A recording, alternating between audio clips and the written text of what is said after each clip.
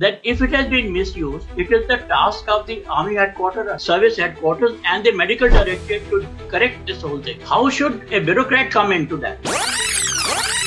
Someone like you to make our citizens understand on what it really does, or a move like this does to the morale of our men in uniform. Good evening, Preeti, and thank you for getting me on the panel.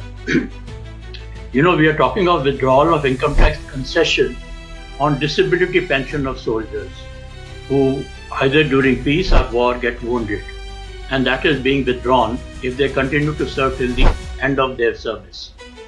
Now, firstly, when a soldier is permitted to continue in service, he has to go through a medical examination.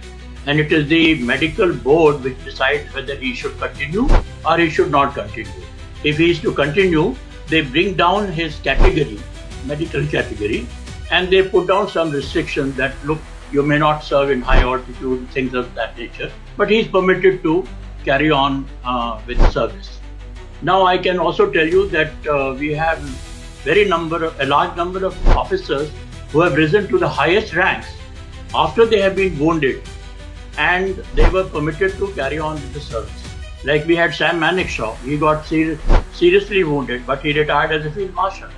Then you had General Tappi Raina, who got wounded, he lost his eye, but he became an army chief. And even recently you had General Pankaj Joshi, General Ian Cardozo, who was a Bravery Award winner. You had Vijay Oberoi, who became Vice Chief of the Army Staff.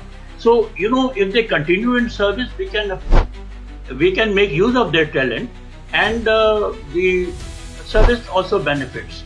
Now, why they have suddenly reduced this, brought this new rule, I cannot understand, because there is no justification given for that.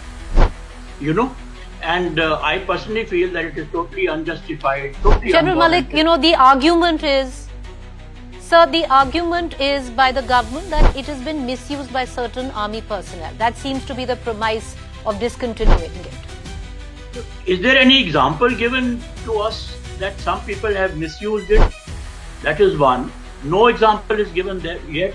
Second thing is that if it has been misused, it is the task of the Army headquarters, service headquarters, and the medical directorate to correct this whole thing. How should a bureaucrat come into that? You see, person who is permitted to, allowed to come down in the category and asked to be boarded out,